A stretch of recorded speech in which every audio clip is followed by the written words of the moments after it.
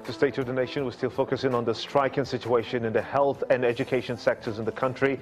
I still have with me here in the studio my guest, Gbenga Komolafe. He's a Labour leader and has been discussing on the way forward and how far this concerns raised in the both sectors, the health sector and the education sector, has gone this far. You did hear about the Minister for Labour and Employment, Chris Ngige, just before we went on break. What do you make of his statement? Does this give a reassurance that these strikes will come to an end as quickly as possible, or is this a stalemate we're still looking at?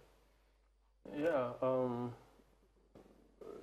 there's every indication from at least the promise that they will have their alerts even by today. I had him mention September 8th, which is part of the major issues.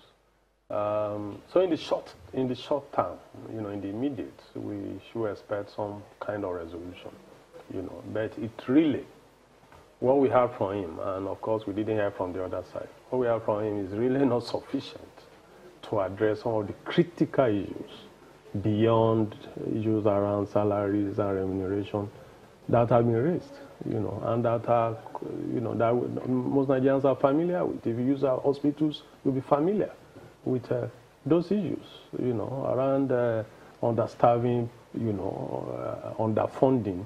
I mean, all of that are functions of underfunding anyway. But it's throwing money. For facilities and all of that. So those really, from the point of view, beyond the strict labor issues involved there, those really are what should concern every Nigerian, because the health sector is so critical. It's not all of us that can fly abroad. It's not all of us that can afford some very big hospital. I don't want to mention. Throwing money, which is what usually happens when strikes of this nature come up. Throwing money at the concerns, does it really solve the problem? Well, there are, when you say throw money, I don't really, the point is that we can see, everybody is clear that the health sector is underfunded. Now, there are also issues about management. And this also is very true of the universities. There are issues have been raised about even the little you have, how do you manage it? And that's where also I think members of the public should be interested. We show rather too much unconcern, about public finance management in this part of the world. Nobody really cares. You just hear figures. And so, apart from the unions, members of public, especially civil society groups that claim to have direct commitment and responsibilities for these sectors, should also show active interest. There should be some form of participatory public expedition management in these areas, some tracking of the budgetary allocations, and so on, to follow the money. Know exactly, okay, this has been voted for drugs, this has been voted for this, has actually been judicially expended, and so on and so forth. So these are also issues. That is to say that while government has responsibility to provide funding, the public, Nigerians, also have a responsibility to make sure that what is provided, because their money, is judiciously expended. And that is true for all sectors, including education and even most of the other sectors.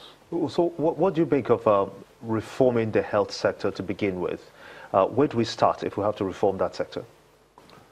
Yeah, I think it has to do, first of all, it has to do with the issue of funding, because that is critical. I mean, if you want to accuse me of any failure, you also want to be sure that you fulfill your side of the bargain by making sure that I have the tools, I have the training, I have the motivation.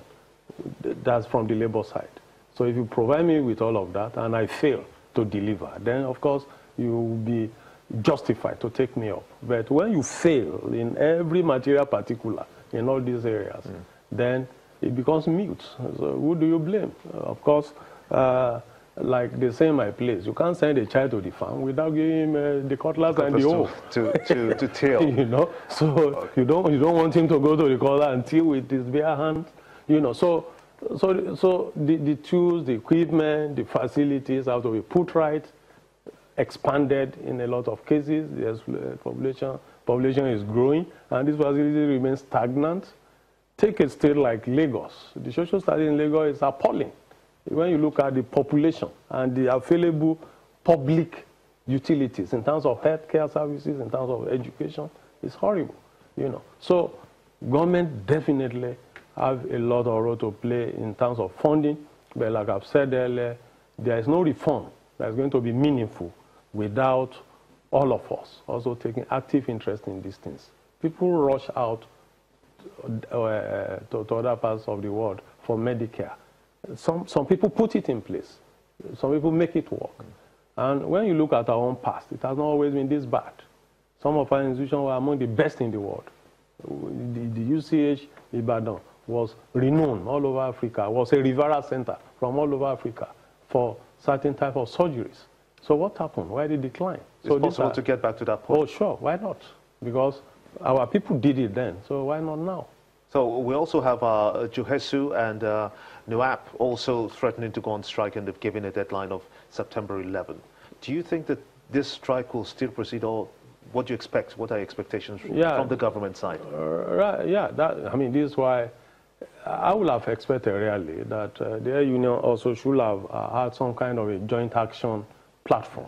So you don't do this kind of thing piecemeal. It's also not fair, you know, on the public. When you do yours, we used to have that situation even with the education sector. Also, we finish a strike, then also we call, you know. Mr. Benga, so we expect some kind of joint effort. You come with all you table the crisis, you are in the same sector, and so that the public can also even follow. That's a good place to end it. Mr. Benga Komolafe, Labour leader, many thanks indeed for sharing your thoughts with us.